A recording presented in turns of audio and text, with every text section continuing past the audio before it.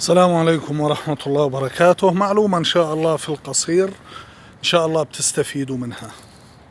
إخواني اللي عنده قحة مزمنة أو بتيجي القحة بفترات غير متوقعة وما جاوب معاه العلاج، الله بعينك. من هالمطبخ عندك بتجيب حبة كبش قرنفل، القرنفل معروف، بتجيب حبة كبش قرنفل بتمصها، بتمص الماء اللي فيها وبعدين بتقرشها وبتبلعها.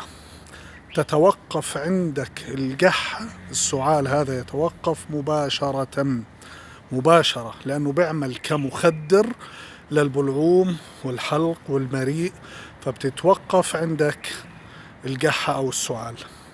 يا ريت إخواني اشتركوا في القناة، فوت على القناة، ادخل، فيها وصفات كثير حلوة، فيها معلومات ممتازة جدا إن شاء الله إنها بتفيدك لحياتك، ووصفات